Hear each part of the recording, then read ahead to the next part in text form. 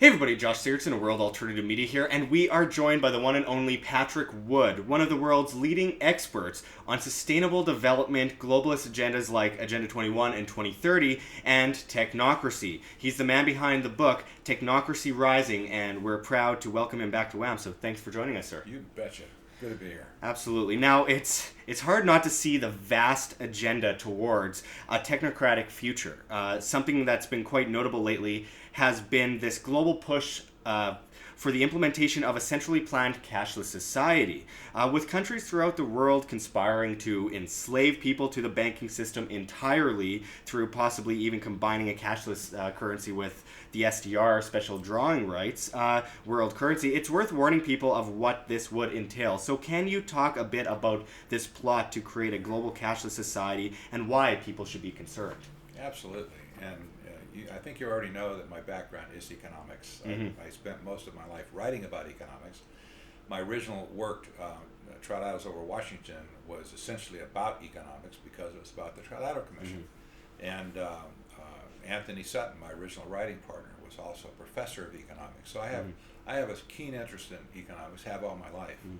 The deal with the cashless society might seem kind of innocuous at first because the reasons given by the global elite is, well, it's going to be easier to clear transactions, it's going to be cheaper, for everybody. The banks aren't going to have to lose so much money through fraud and greed and all this kind of stuff. But if you look deeper below the surface, I personally believe it has nothing to do with economics whatsoever. Mm. It has to do with forcing everybody into the digital system. Mm. The only way they can do that is to take currency out of the market. Now, this might sound like some kind of a conspiracy thing that I'm piping here, but I'll tell you what, there have been people in the global elite talking openly about forcing everybody into the system, giving them a plastic card, if you will, so that they have to register and they have to be known, they have to be discoverable. The way it is right now, there's lots of people who have chosen to be outside the system. They only deal in cash. They don't have a bank account. Mm-hmm. They get a paycheck, they take it down to a check cashing service, and they cash the check and they put the cash in their pocket. Then you have all the black market people. Well, not black market. You have people that just, like people that work the swap meets and stuff like that. Yeah. They deal in cash. They're all cash people. Everything. IRS never sees it, nothing. Yeah, free market transaction. It's just free market transaction, whatever. And so there's probably about 20 to 25% of society in our country, well, in the United States, Canada might be close too, that are simply outside the system. And if you go to other countries like India, like Africa, it's flip-flop. Maybe only 20 to 30% are in the system, right? In the first place, the rest of them are outside of it. Maybe they don't have any income. Maybe they, it just isn't an issue to them. So what's happening now with this move towards the cashless society is to force everybody to get into the system so that they can be manipulated and controlled. And, as fantastic as that sounds, this is what they're talking about. And we all know about surveillance today. We know about the total awareness society and, how how at least our agencies have gone rogue, right? And they don't pay any attention to courts. They don't pay attention to the Congress. They've been slapped down repeatedly for different practices. And yet, you come back 6 months later, not only have they not stopped it, but they've done more of it. It's like unbelievable that people will even tolerate this, but our agencies have just gone over the top. The reason they continue to collect the data is because they feel, the technocrats feel, that the only way to properly engineer society is by having a monitoring system in place. So they're desperate for monitoring everything that goes on, all the economic activity, all the transactions. Where did you go? What did you do? What's your carbon footprint? Sort of thing. Of course. They want all the information. The way to force everybody into it is take cash out of society, and then they got them. Back in 1938, when technocracy was in its heyday still, there was one definition that came out of the Technocrat magazine that used the word entire population 3 times. It obviously was on their mind even back then that in order for the social engineering system to work, everybody had to be included. Inclusiveness, is a buzzword for the United Nations, right? Absolutely. Let's be inclusive here. Let's get everybody on board. Let me have your cash, and you will be on board, right? Yeah. So it's kind of a nefarious thought at first, that, well, what's this all about? But to me, the explanation is simple. They're trying to get everybody in the digital system. They cannot succeed with their plans until they do. Yeah. And you mentioned that, it sounds kind of like a conspiracy thing, but it is a conspiracy, and it is when they are scheming to do something, it's a conspiracy. And I mean, you mentioned India, 86% of cash was pulled out of circulation. They're working on the rest. At the G20 meetings, Nobel laureate was pledging that the United States and the rest of the West will pull out of the cash system. It's already bad enough that it's a fiat, centrally planned system, but to pull for centrally planned digital currency. And I think it's worth mentioning, and I always mention this when we talk about the cashless society here at WHAM, is that if your money's in the bank, it's not yours, it's the bank's. And if your money's always going through the banks, through digital transactions, it's never yours, it's always the bank's, and you're basically enslaved in a sense to the banks. And I always look at these kinds of systems as debt driven. So another thing I often say is that they push you down this bottomless pit of debt through currency, and your only way up is to ask for a ladder up from the banking system or the government, and that puts you in perfect subservience to the state. Right. But another sign of technocracy we've seen creeping up on us is the automation of jobs throughout the world. This notion of raising the minimum wage to $15 an hour plays into this, of course, as it would not only inflate the price of living, but force employers to lay off workers, and eventually, as it gets more affordable, hire machines to do the work of the humans. Can you talk a bit about the gradual push towards the automation of jobs and what it would mean? It's not a gradual push anymore. No. It's a stampede. Yeah. Maybe there's only 3 or 4 head of cattle through the gate the first time, but now the fence has been broken down, and the stampede has started, and they're running towards it, they're racing towards it. The race to automation is primarily fueled. The serious part of it is primarily fueled by artificial intelligence. This is playing very big into the scene right now. Artificial intelligence can do things even if there's no robot, like a physical robot attached. Financial advisors, for instance, now are being replaced with artificial intelligence programs. You have Watson, the IBM's giant artificial intelligence program, is beginning to replace doctors. The H&R Block this last tax season used Watson to calculate people's taxes. You want to pay your $50 to get your taxes? They fed it all to Watson, and Watson came out with a perfect, they say, perfect return, because Watson has digested every IRS document that there is in history. No tax person could know this, Watson did. So artificial intelligence is pushing this robotic movement right now. It's going so fast, and it's sneaking up on people, but it's going so fast that the global elite now are at the same time talking about universal basic income. This needs to be brought into the discussion because that also applies to the cashless society. Universal basic income is being pushed by virtually every tech mogul in Silicon Valley and other counterparts around the world. They're pushing it in Europe.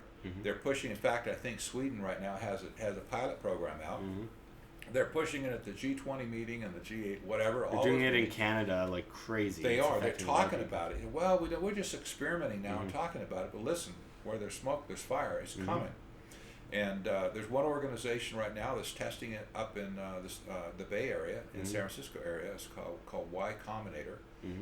The guy that's in charge of that is part of the global elite, been to all the Bilderberg meetings and whatever, And they're testing it with a couple of hundred, or I think it's 1,000 people or something up there, where they're just getting the money.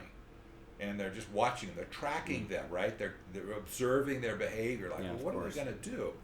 See, the problem is if you do away with 50% of the existing jobs, which is what they themselves are predicting, what are you going to do with all the people that become a new class of people called the unemployables? Where do you put the unemployables? That means they're not employable anymore. If a job is wiped out, where do they go? They got nowhere to go. They can't retrain because those jobs are being removed faster than people can retrain. So their crazy idea, well, let's just give them all a basic income. And somehow society's going to be okay. It's a crazy idea. It will not work. But as they try it, if they do try it, if they implement it, it's going to make our slavery, our history of slavery in this country, back in the 1700s, 1800s, it's going to make that look like a cakewalk by comparison. Absolutely, and you mentioned taxes. I've always said something that people might find quite extreme, but taxation is theft, and when you are incorporating it into the system where you can apply the most basic market principles and the most basic economics to realize that something like the $15 minimum wage or the basic income simply does not work. It only helps inflate prices. Yes. It creates a lack of competition and monopolizes these corporations. It's always interesting to see the left say, I love freedom. I want to stop poverty. Yet what they're really doing is they're monopolizing these big corporations that they hate so much, pushing these small businesses out of the market, killing innovation, which could lead to cures for other diseases, killing competition, killing employment, and then actually in the end killing the wage. Because with the inflation, then you can pay someone, suddenly raise the minimum wage to $5,000 an hour. It's not really going to change much because everything will just basically go up in value enormously. And it's amazing that we are continuing to watch this play out when we've seen things like the Panama Papers, I believe last year, where George Soros's Open Society Foundation openly funded the leaks of these documents, where it was people money laundering and trying to hide their hard-earned money, and they instantly come out about how they wanted to create an international tax system which would keep tabs on every single country so there could be no havens. It's just continuing to pile on, and you've gone into the technocratic system unveiling over the years. I mean, this is nothing new, as you mentioned, and even up in Canada in the 1970s, there were basic income pilot programs. Yes. I probably should say that historic technocracy in the 1930s had no support from the globalists at all. Rockefeller didn't pour money on them. Carnegie Foundation didn't pour money on them. Ford Foundation didn't give them anything. There was no support. They basically existed on membership money where people paid dues. But it was wildly popular, too. At the same time, they had over 500,000 dues-paying members, right, that were paying into the system. That is, into the technocracy membership. But when technocracy met the global elite in 1970, when Zbigniew Brzezinski published his book, while he's at Columbia University, by the way, Between Two Ages, America's Role in the Technotronic Era, I found out more recently, like in the last 10 years, that book he was talking about technocracy. And when David Rockefeller read that book, I am convinced that they were both attracted. Well, Rockefeller said, "Come with me." This is the beauty and the beast, right? Brzezinski was the brains, Rockefeller was the money. And he said, we can do something with this. Now, what they've done with it, it's still technocracy, right? But using technology to create a scientific dictatorship, this sort of thing, it's still technocracy. But what Rockefeller decided, and the global elite working with him, they decided that they could capture the major resources of the world. It had nothing to do with money. They could capture the basic fundamental resources of the world, the land, the forest, the farming, the mining, the oil, everything. Get it all. And you have to think about the Federal Reserve System in this too. This is just a thought I'll throw out. We know the history very well now about how the Federal Reserve was created, and in other nations as well, how things work with the central bank and so on. But the Federal Reserve was created in 1913, and we know what they've done, how much value of the currency they've extracted from their fraudulent activities over the years, right? Most recent estimate is something like 98.5% since 1913. Now, we're just a little over 100 years, right? They've extracted or skimmed or trimmed or cut or whatever you want to call it, about almost 100% of the value of the currency that they started with. Now, how long can they keep this game going? If it was your game, would you conclude at some point, guys, this is going to come to an end? There's a limit. There's a finite limit to where we can keep this, the scam going before we have to just throw in the towel and dump it all and go do something else. There's historical precedents for this too. We've seen this happen in history. Now, if the global elite and what the central banking system has figured out, it's time to change horses, right? The only thing left to grab, because they wanted money first, they thought money was wealth. Well, money is not wealth. It's transient. It can burn up. Governments can go bankrupt. Currencies can go belly up. The only thing left to do is to grab all the resources. And that's what Rockefeller set out to do in 1973, I believe, was to get, and that's what sustainable development is all about. It's to take resources offline from the people and put it into kind of a global common trust, if you will, where the cronies can get at it, but you can't, right? So there is this pressure right now, I think, within the global elite themselves, to say there's a major sea change coming. The central banks may well soon be thrown under the bus as a result, as the way we know them today, at least, the structure today. They may well all be thrown under the bus if technocracy can get a hold, right? If it can get into a place where it's got enough strategic requirements taken care of, there will come a day when they can flip the switch. Game over here. Game on over here.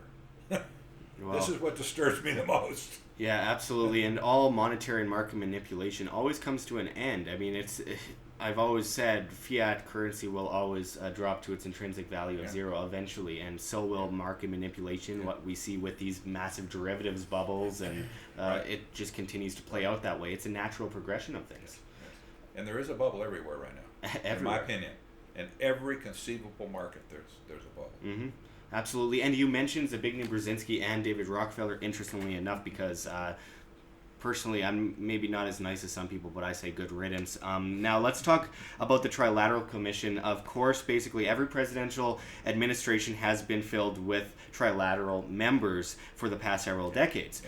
This year, David Rockefeller died, as I mentioned, and of course, Zbigniew Brzezinski also recently died, to which, I say good riddance. I mean, these people, what they have done to global policy is unthinkable. How anyone could sleep at night knowing what they knew is amazing. And they lived to an old age, 90 and 101.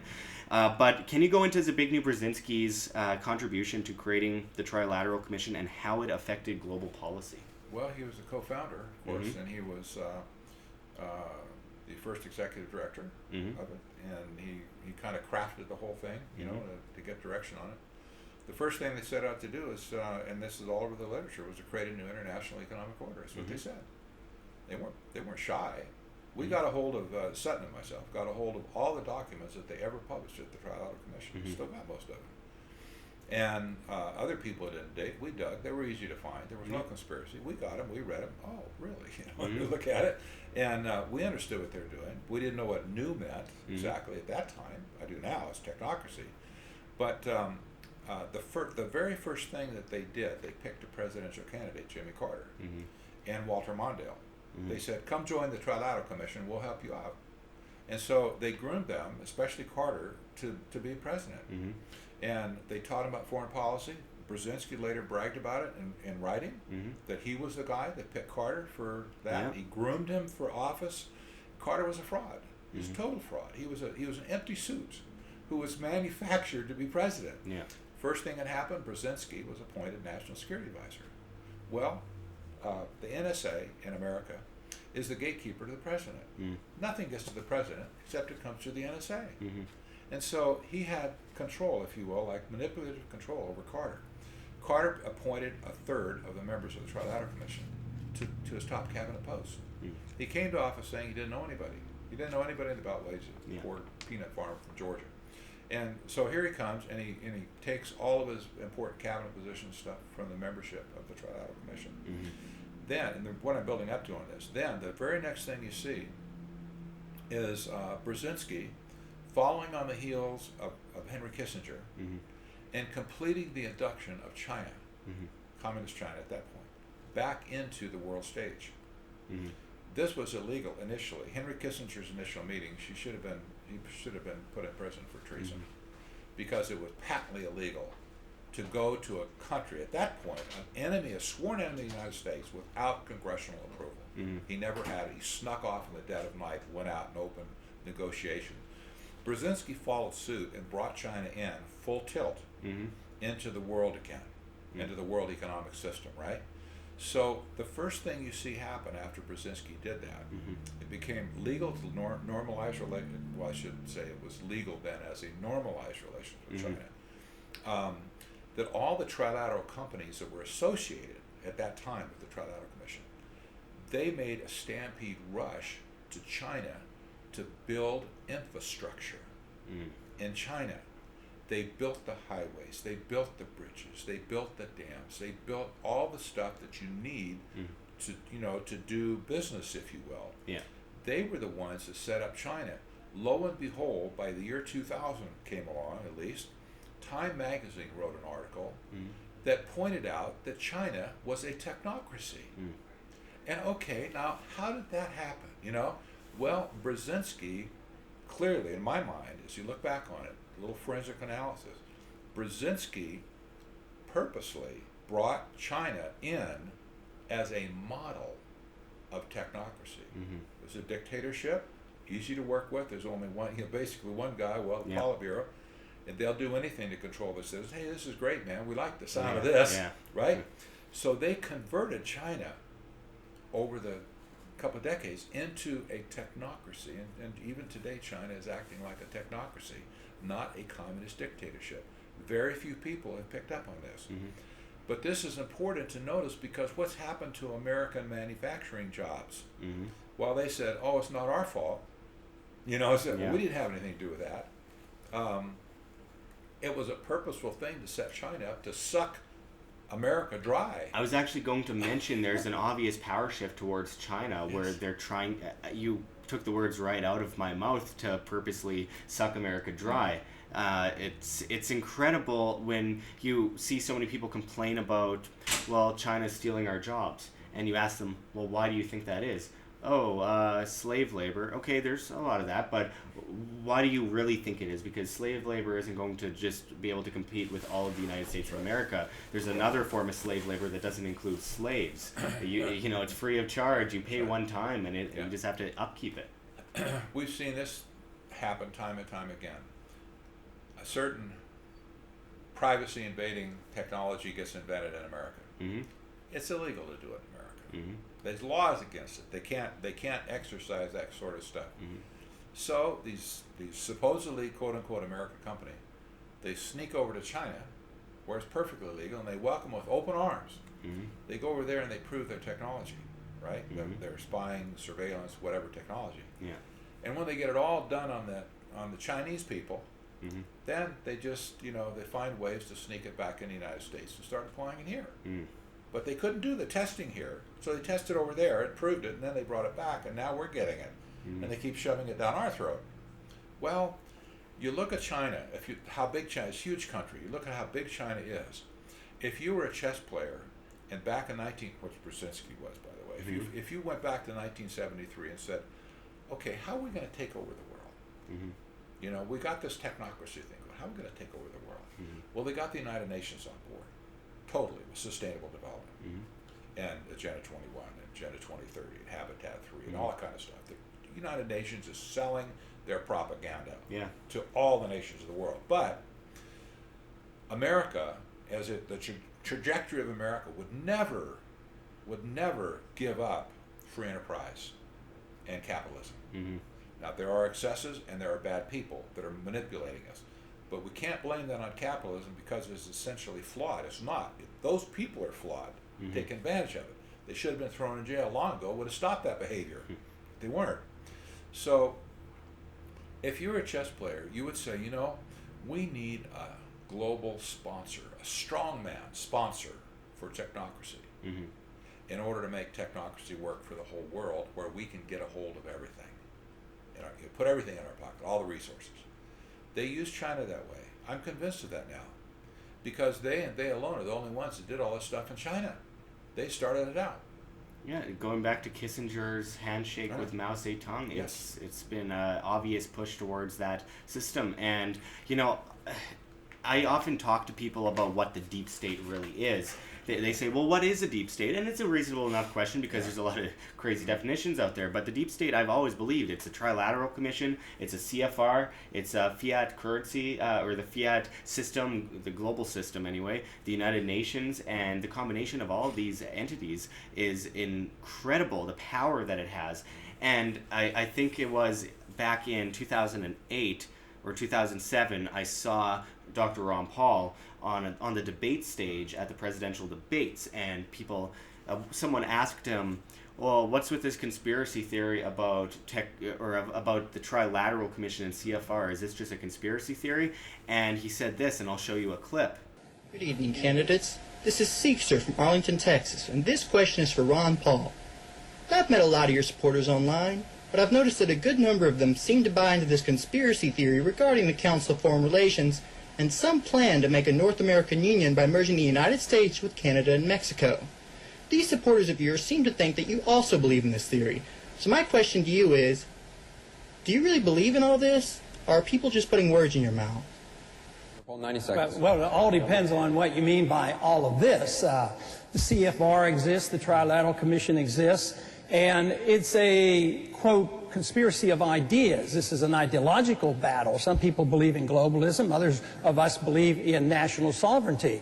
And there is a move on toward a North American Union, just like early on there was a move on for a European Union, and it eventually ended up. So we had NAFTA and moving toward a NAFTA highway. These are real things. It's not somebody made these up. It's not a conspiracy. They don't talk about it, and they might not admit about it, but there's been money spent on it.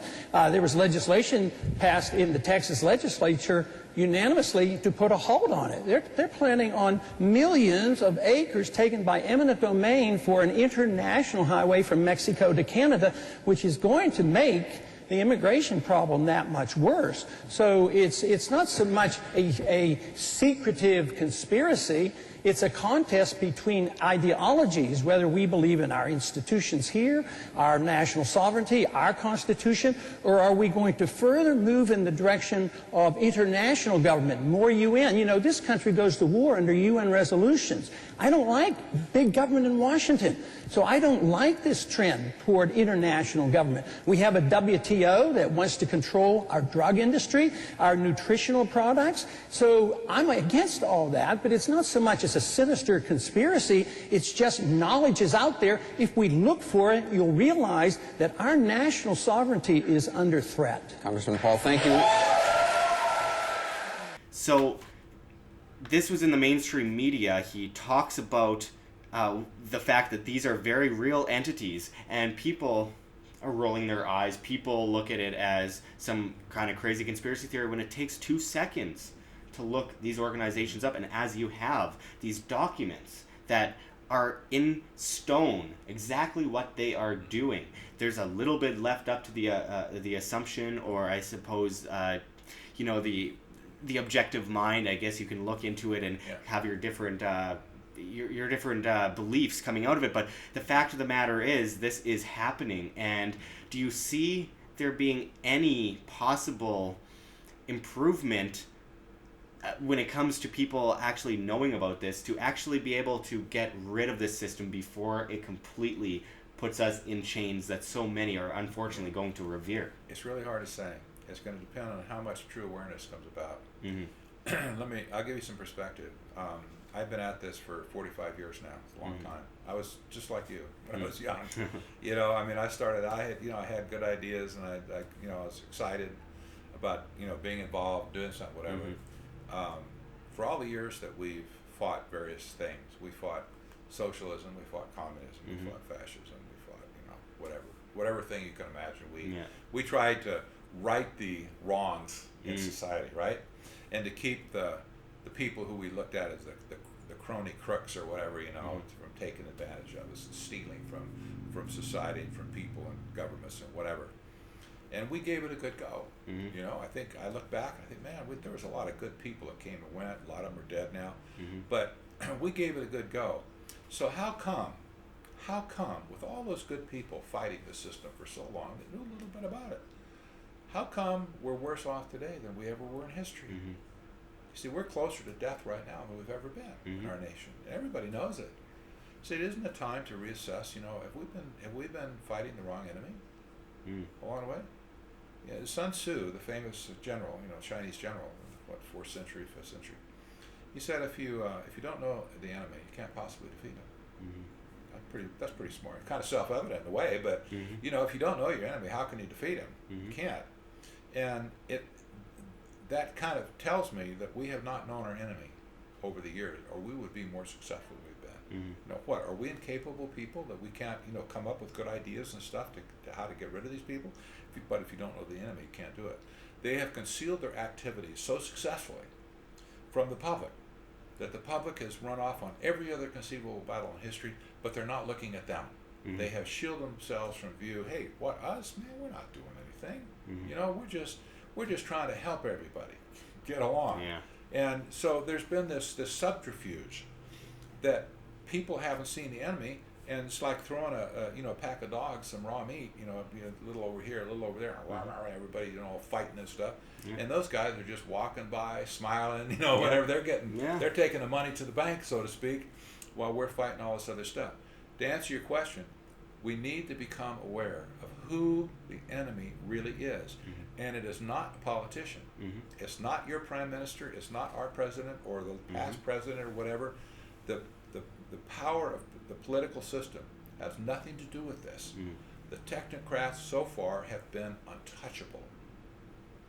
And they are above the political fray completely.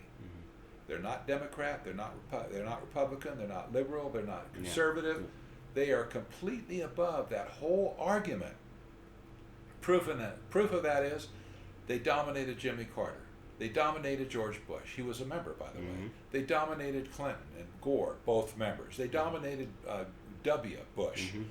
Dick Cheney was one of the most powerful members of the Trilateral Commission. They dominated Barack Obama, even though he wasn't a member. They were surrounded him his entire presidency. And now they're attempting to surround Donald Trump. I believe there's one trilateral member in his Actually, there's 3 involved. Now, I can't pick the names right out. It's on my website. But the most concerning thing is, just a few weeks ago, the staff reporters at the White House walked into the Oval Office expecting to interview or do some pictures or whatever, some guy that was supposed to be there on the official presidential schedule. They walked in, and who's sitting there with the president but Henry Kissinger? Of course, yeah. And by the way, not on the schedule to be there. They have a schedule that they publish. They give it to all the press people at the beginning of the day. Like, okay, this is what's going on today. Get your cameras ready, get your microphones ready, or whatever, to write your stories. They give them a little advance notice. They walk in, and there's Henry Kissinger sitting there with Donald Trump. This is the 3rd meeting publicly we know that he's had with Henry Kissinger. And he calls Kissinger a friend. And they're both from New York, right? And how can you be a billionaire in New York and not know everybody in New York? Come on, you do. So he knows Kissinger, calls him a friend, calls him in for advice. Here he is sitting in, he came in unannounced basically hey, I want to see the president. Okay. Comes in the back door or whatever. I want to see President Trump. Yes, sir, Mr. Kissinger.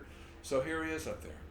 That concerns me totally. Henry Kissinger, of all people, well, 96 years old now himself? Yeah. And, oh my gosh.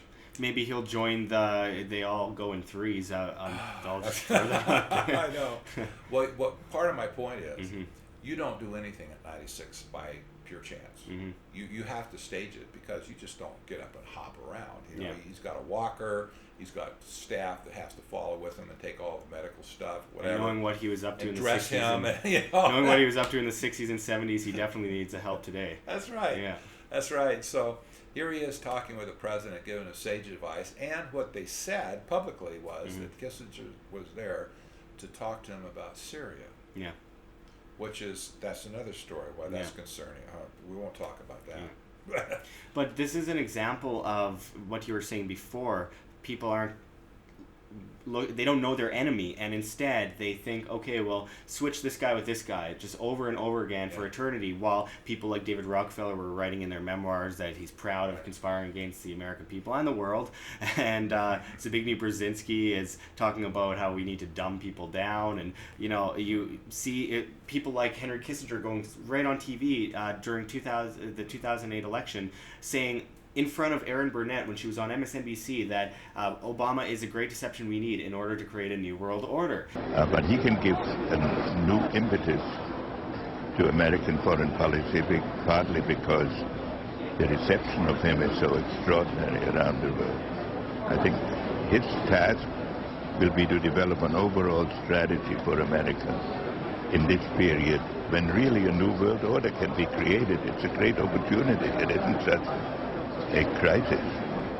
And these people are openly admitting what they are doing because they don't feel fear. Right. And that's exactly what I think one of the solutions would be, is that they can't continue to scare us. We need to scare them. Right. And I think that there is some concerted effort to scare them today. And I think Donald Trump's a good example of there's some awakening. However, the problem is Donald Trump is not going to change anything. Individuals change things.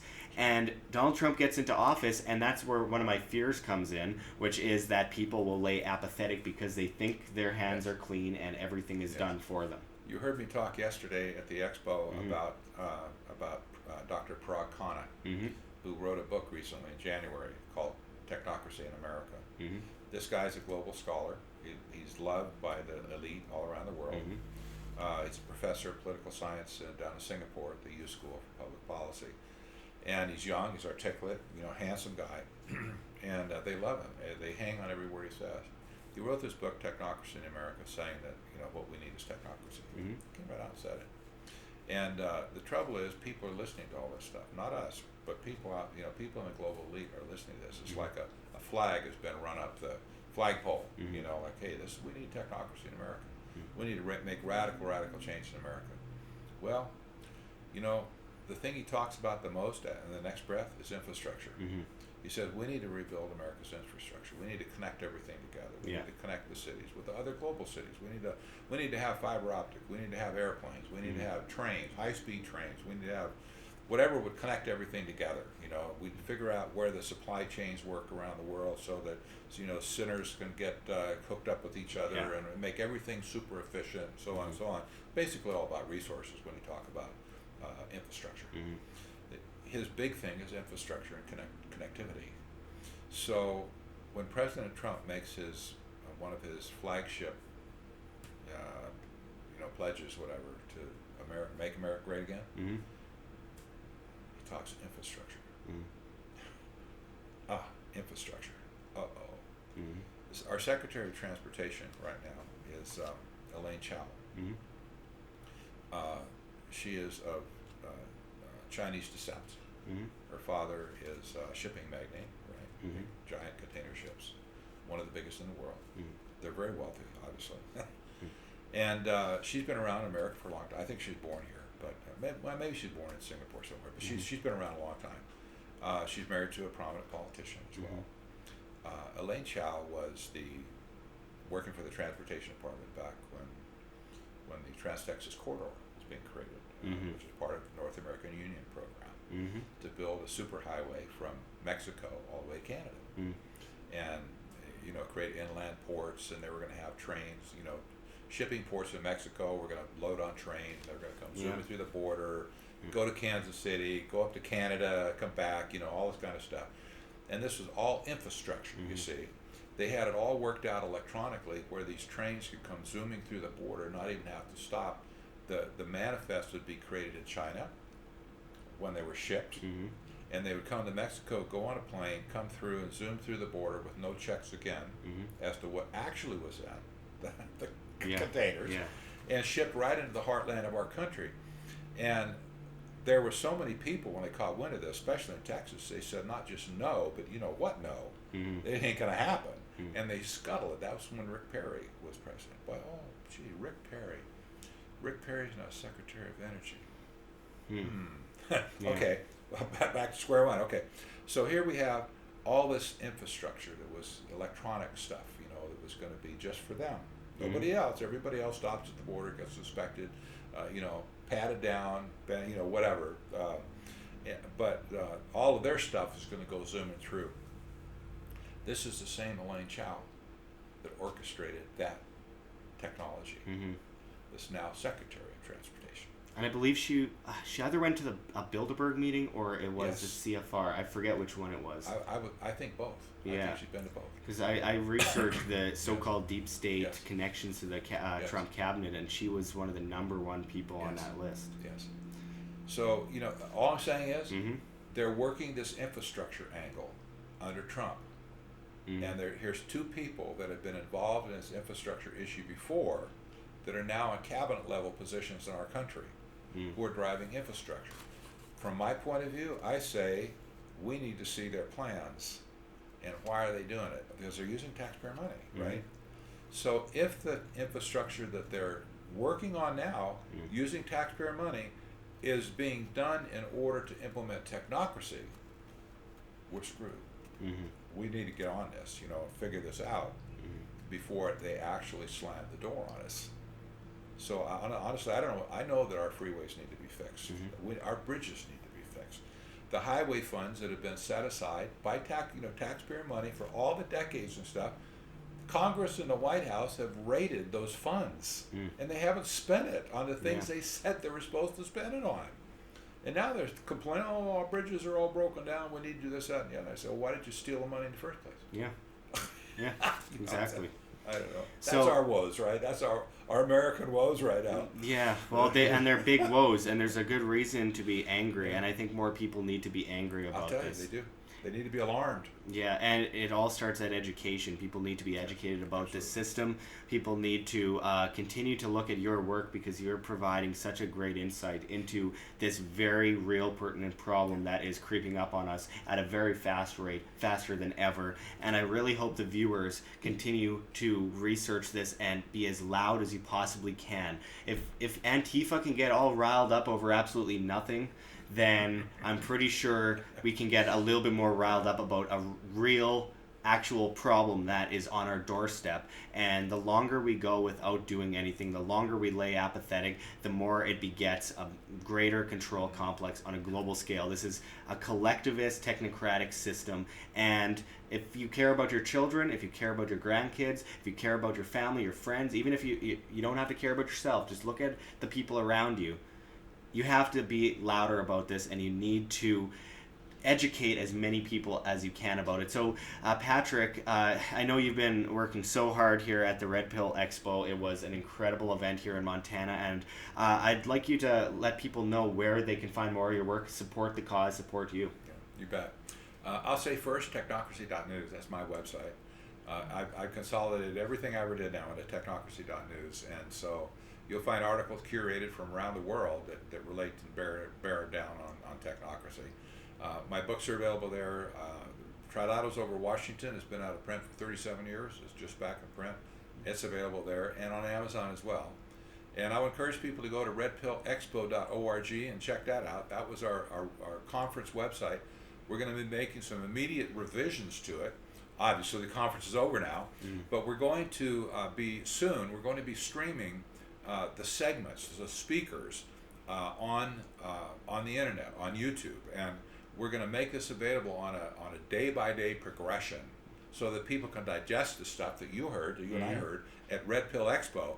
It was absolutely fantastic. It was magical. It was. It just was amazing. The energy that flowed out of that is just incredible, and so we're gonna release this information. We're also going to have DVD sets that are being produced professionally. And those will hopefully be available pretty soon, but it takes time to do that, as you know. So whenever that comes out, people can track that progress on redpillexpo.org, and we'll have details on that, probably links and stuff, of course, where the live stream is going to take place. Take part in it. Absolutely. Initially, the live stream we're going to do is going to be free, and people can see these segments, day by day, and there's going to be no charge to it whatsoever. But at the end of it, we're going to ask you to consider at least to purchase the DVD set. and pass it around. Use it on the big screen. Use it on projectors and stuff at meetings. And high quality, great stuff that's going to show everything, including the background stuff.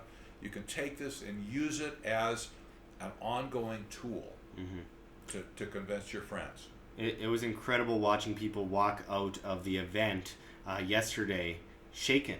People were shaken. People knew that they had just witnessed something that they've never seen before. Yes. There was just a red pill for every single topic you can imagine. Yes. And next year is going to be twice as big. I can't wait. Thank you for talking with us, Patrick Wood. You bet. Thank you, John. Do you like what you see here at WHAM? Well, make sure to check the links below. GoFundMe, Patreon. We can't do it without you. Any donation is very much appreciated, especially as we are so vastly demonetized and censored by YouTube. You can also see our Bitcoin address in the description and the comments, as well as on the screen for you to scan, if you please. And also find us on steemit.com. That's steemit.com, the future of social media, where you get paid to blog via cryptocurrencies. You can find me at Josh Sigurdson. So we hope to see you there. But until next time, this is Josh Sigurdson signing out from World Alternative Media. Find the truth, be the change.